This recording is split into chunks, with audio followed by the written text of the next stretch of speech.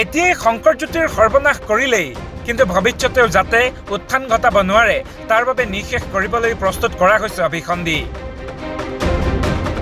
সেই সূত্ৰেই শংকৰজ্যোতিৰ বিৰুদ্ধে সাংগঠনিক তদন্তৰ বাবে গঠন কৰা হৈছে কমিটি পূৰ্বে আছুত কেতিয়াও নোপোজা তদন্ত কমিটি এইবাৰহে গঠন কৰিবলৈ সিদ্ধান্ত লোৱা হৈছে শংকৰজ্যোতিৰ বিৰুদ্ধে অভিযোগ উত্থাপনৰ পিছতে ঘনিষ্ঠ সৰ্জন হানসিক সাধাৰণ সম্পাদক পাতিবলৈ সভাপতি উৎপল শৰ্মা উঠি পৰি লাগিছিল তদনুসৰি তেওঁ সৰ্জন হানসিক গুৱাহাটী যাত্ৰাৰ বাবে ইনোভা ভাড়া কৰিবলৈও দিছিল নিৰ্দেশ গুৱাহাটী বিশ্ববিদ্যালয়ৰ হোষ্টেলৰ ৰুমমেট সৰ্জনক ইচ্ছামতেই সাধাৰণ সম্পাদক পাতি ল'লে আছুৱে কিন্তু ইয়াৰ পিছতো শংকৰজ্যোতি অধ্যায়ৰ সমাপ্তি নঘটিল আচৰিতভাৱে শংকৰজ্যোতিৰ বিৰুদ্ধে অকল্পনীয়ভাৱে নিষ্ঠুৰ হৈ পৰিল আছু তেওঁক প্ৰাথমিক সদস্য পদ ত্যাগ কৰিবলৈ বাধ্য কৰোৱাৰ পিছত তদন্তৰ ব্যৱস্থা কৰিলে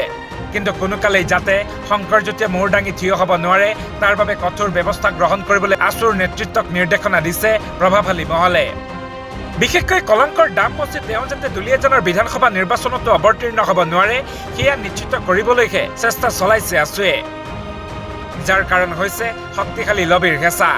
অনাগত সময়ত শংকৰজ্যোতিয়ে দুলীয়াজানত বিজেপিৰ টিকট বিচাৰিলে সমস্যাৰ সন্মুখীন হোৱাৰ ভয়তে কঠোৰ হোৱাৰ নিৰ্দেশ দিয়া হৈছে আছুক